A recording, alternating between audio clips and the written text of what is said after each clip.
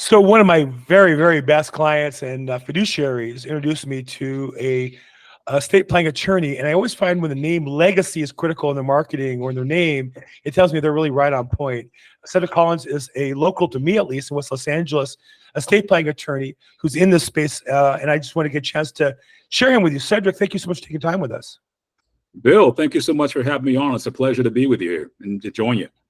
So of all the wide range of opportunities in the business of law, what is it about legacy planning and estate planning that got you interested in, has made a career for you? Well, I'd like to say that trust in estates kind of found me. I don't know anyone who went to law school to become a wills and trust or trust in estates attorney. It wasn't kind of the glamorous or the sexy field to get into, right? In fact, I became a lawyer to get into entertainment law.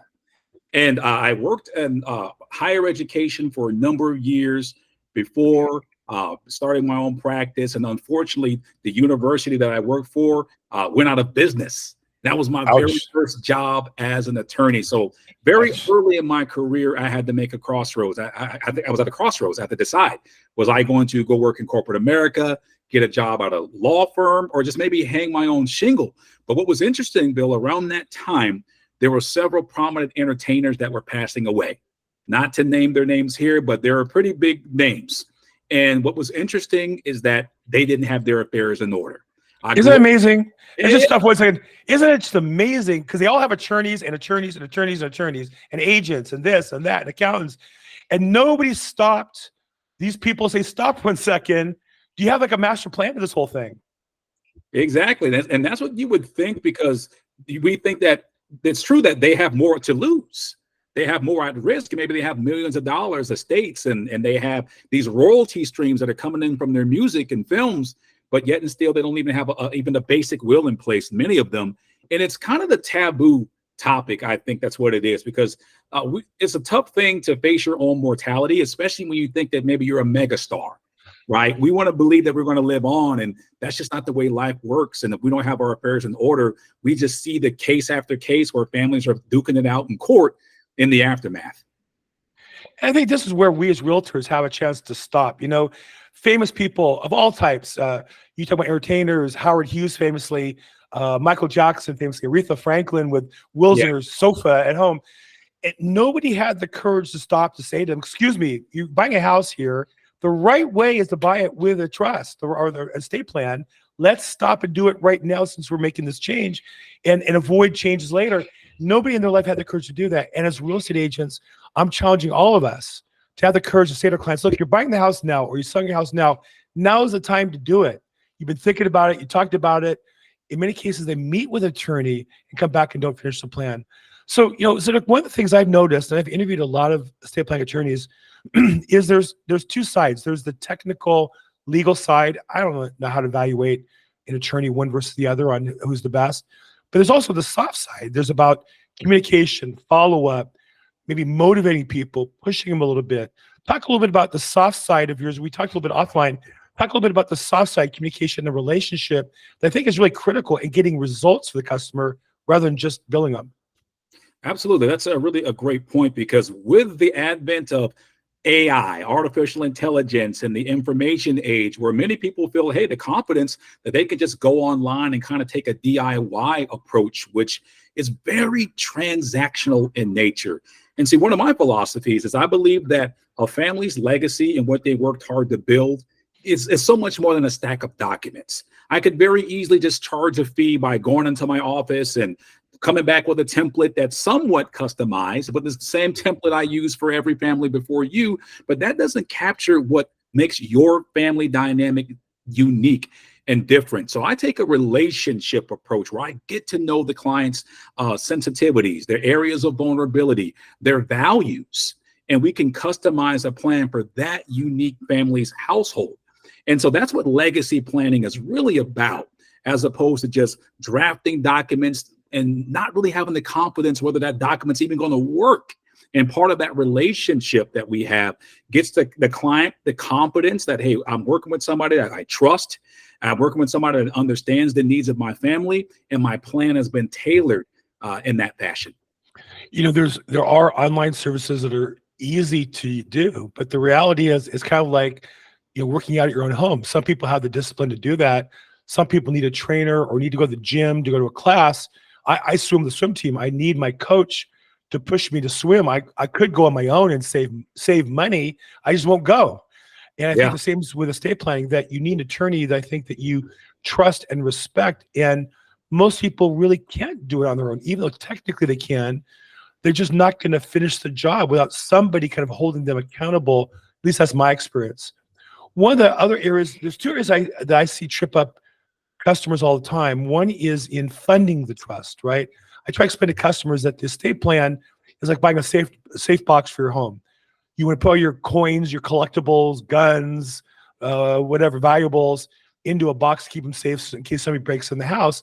It only helps if everything's in the safe box and you close it. If you leave it on top of the box, you didn't do any good, right? And estate plans, oftentimes I see customers go to meet an attorney and they come back and we're ready to sell the house. The property is not deeded in the trust. And I say, what do you mean? They pull out the book and show me the deed that they're supposed to bring back to the attorney or get recorded. How do you help customers finish the job and get the estate plan funded rather than just get an estate plan and then not, leave the safe box in the closet? That's a great question, Bill. And what I do is I lay the foundation from the very beginning of the importance of funding the trust. Because if not, you just maybe have a very expensive, pretty bound up paperweight, right?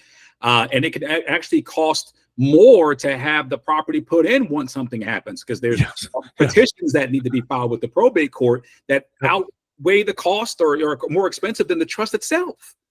And so what I do is I help my clients with the legacy planning from the beginning, letting them know we, first of all, take an inventory of their assets. So we start off in the beginning with asset inventory overview. Tell me what you have, because we see too often assets go unaccounted for and end up soon becoming a property of the state of California.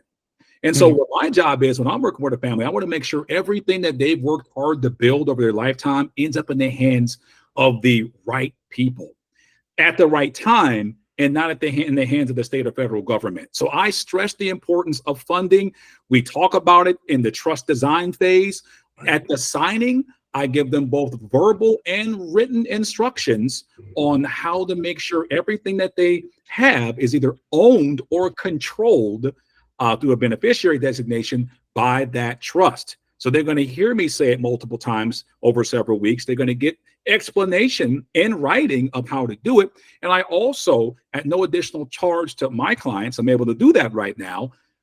I don't charge them for questions after they have the trust in place. In fact, I give them a link to my calendar where they can reach out to me if they run into a snag with the bank or a particular asset. If they run into a roadblock, well, this is how you overcome that to make sure this particular item does not end up in probate should something happen to you. I think as real estate agents, this is a chance for us also to help out because, they get instructions from the attorney. Sometimes they're scared, even though he's made himself available, obviously, phone call or calendar, but somehow customers are scared to follow up or, don't know what has to be done. We should be following up with our clients that they do record the documents. We have access to public records. It costs nothing. It's not invasion of privacy because it's by definition a public record. And so one of the things we should do when we refer somebody to an attorney, we should feel comfortable checking back with the client. Hey, did it work out? Were they a good fit for you? Are you happy with the referral? You were great. What was your homework? Do you need to file your property to trust? Let me verify it got done by checking public records. And that's where we, rather than just leave the customer on their own, working together as a team can get the customer a better outcome. The last question on the process, I would say, is the copies of the documents. I know there's two schools of thought that I've seen in the interviews I've done. One school of thought, my father was an attorney. One of his partners did wills, old school in the 70s and 80s. And I remember the law office, they had a huge, like a fire safe room, like a bank safe, a vault where they kept the wills in the old days. And so the customer called the attorney would go back in the vault, pull out the will. And obviously things have changed over time. And I think there's some attorneys who do seek to get copies, electronic versions and such to help customers, and others say, no, I don't keep a copy because the customer may change it and I might not be involved in that. So where do you stand on customers once they leave as far as copies and access to the documents after the fact? That's a great point that you bring up. And I've had to help clients who did trust in estates planning with another firm, but Yeah. there was they could not find the documents. All the And now time. it's time to sell the house, and we got to do a restatement or have some other solution put in place. Yeah. If they would have simply made a PDF copy of that trust, it could have Yep. saved the family thousands of dollars. So one of the Yep. things that we provide, services that we provide, is at the signing, we make a digital copy of that entire estate plan. And so we email it to the client right after the signing, and we give them advice on who should receive a copy. Because if we had that old school method of keeping a vault, we'd have trust stacked to the ceilings with all the clients that we serve. So for efficiency and office space, right, we just keep a digital copy on file of everything they've executed. And also we make ourselves available to family members at the passing of our clients, and just in case they need access to documents, we have something in our files as well. But we also spend a lot of time with the housekeeping, we call it, with this trust, advising our clients on where it should be kept, what it should be kept in, because a lot of folks don't know it should be kept in the safe, right? Some would just sit it on the bookshelf, and now all of a sudden a fire or flood or something has happened with the environment, and that document is lost, or there's a move and it's lost. So that's a part of the education process that we have, is advising clients on how to maintain the trust over time and who should have copies and access to the trust and estates documents.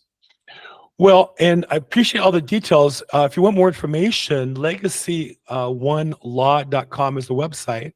And on the website, it has a phone number, has an email address, has their address here, local to me, at least in Century City. And it has the different, information about what they do. And then if you want to find out more about Sedric in particular, there's a picture, good looking picture. Maybe it should be in the movies or TV. Maybe I think you missed your calling that. That is a great headshot for her name. Thank you. Thank you. You got the voice for it too, really. When I first met you, we talked on the phone. I said, "Man, this guy, he's got the voice for a podcast. You're gonna make me look bad." But that's you want more information, and so feel free to reach out to him if you want more information. Or reach out to me. I'm glad to make that happen. And again, real estate agents, this is about us helping our customers taking the extra step. You might want to also reach out to Sedric and make that relationship before you make a referral, so that the customer is welcomed right and handled correctly. And we want to be a team in the process rather than just leave our customers on their own wandering aimlessly. So Sedric, thank you so much for your time today. I really appreciate meeting you in the past and getting a chance to talk to you more in depth today, learning about your practice, and hopefully working more with you going forward. I appreciate the opportunity to speak to your audience, Bill. Thanks so much.